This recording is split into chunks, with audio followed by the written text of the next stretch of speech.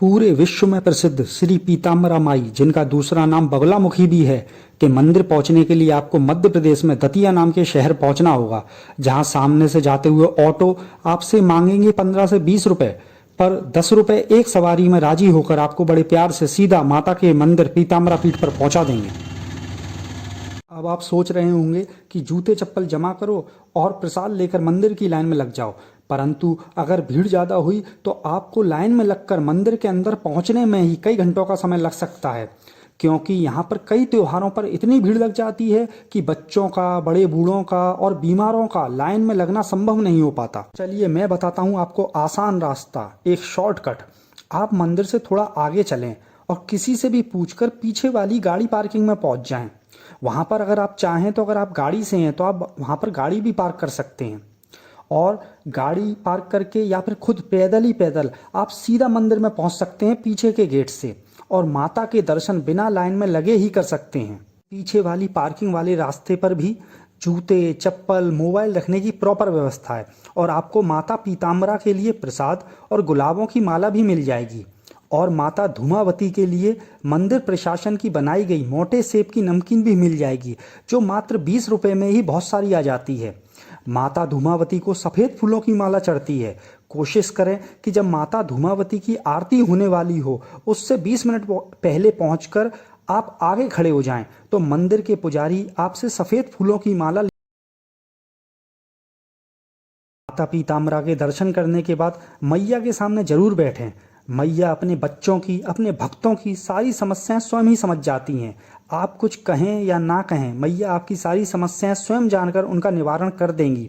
माता पीताम्बरा की भक्ति की शक्ति के प्रमाण सुनकर आपको विश्वास भी नहीं होगा जो मैं आपको बताने जा रहा हूँ। त्रेता युग में जब हनुमान जी ने सीता की खोज में रावण की लंका में घुसकर पूरी अशोक वाटिका को ध्वस्त कर दिया था एवं रावण की बहुत बड़ी सेना का अकेले विनाश कर दिया, तब रावण के सबसे बड़े पुत्र इंद्रजीत मेघनाथ ने इन्हीं माता पीताम्बरा की स्तंभन शक्ति का प्रयोग करके रुद्र अवतार हनुमान जी तक के अतुलनीय बल और वेग को भान दिया था एवं उन्हें बंदी बनाने में सफलता हासिल की थी। पीताम्बरा मैया की उत्पत्ति कैसे हुई, चलिए अब यह जानते हैं। एक बार सतयुग में महाविनाश उत्पन्न करने वाला तूफान उत्पन्न हुआ, जिसे देखकर भगवान विष्णु ने हरिद्रा सरोवर के निकट तप किया, जिससे माता पीताम्बरा प्रकट हुई एवं उनके हृदय के दिव्य तेज से तूफान थम गया। माता बगलामुखी 10 महाविद्याओं में से 8वीं महाविद्या है। इनको ब्रह्मास्त्र विद्या के नाम से भी जाना जाता है। मंदिर के अंदर की तरफ जाने पर आपको अश्वस्थामा की तपस्थली 5000 साल पुराना वन खंडेश्वर महादेव के पूरे परिवार के साथ दर्शन होंगे। महादेव के दर्शन के बाद आपको धूमावती मैया का मंदिर मिलेगा, जिन पर नमकीन भोग चढ़ता है। 20 रुपए में आपको खूब सारी बड़े सेब की नमकीन बाहर पार्किंग में ही मिल जाएगी। आप मगोड़े, कचौड़ी, समोसे का प्रसाद भी अपनी श्रद्धा अनुसार लगा सकते हैं। माँ धूमावती के दर्शन सुहागिन महिलाओं के लिए हैं।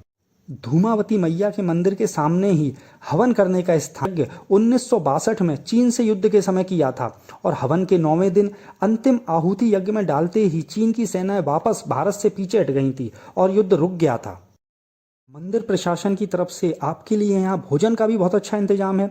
मंदिर के पूर्ण दर्शन के बाद आपको जब जोरों की भूख लगाई हो तो आप मंदिर के पीछे की तरफ बने एक विद्यालय के भोजनालय में मात्र 10 रुपए की पर्ची कटाकर बहुत अच्छा भोजन कर सकते हैं।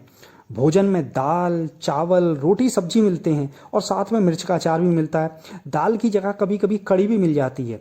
भोजन जितना मन करे आप उतना खा सकते हैं, और अंत में थाली आपको खुद धोकर रखनी होती है। भोजनालय दोपहर 12 बजे से रात्रि 8 बजे तक निरंतर चलता रहता है। आप उसमें कभी भी खाना खा सकते हैं। माता पीताम्बरा का मंदिर पूरे दिन सुबह से शाम 8 बजे तक खुला रहता है, और माता धूमावती का सुबह 7:15 से 9 बजे तक एवं शाम को 5 से 8 बजे तक खुला रहता है। माता धूमावती की आरती में आप सुबह 7:15 बजे और रात्रि में 8 बजे सम्मिलित हो सकते हैं। यहाँ की आरतियों में भूल कर भी आप जयकारा ना लगाएं। आरती में शांत रहा जाता है, बिल्कुल शांत। आप शाम के वक्त यहाँ पीछे की पार्किंग में नित्य प्रति होने वाले कथा सत्संग में भी शामिल होकर अपने मन को शांति प्रदान कर सकते हैं। अति खल में आए दोनों, देखो कितने प्रकार के खल है मानस में।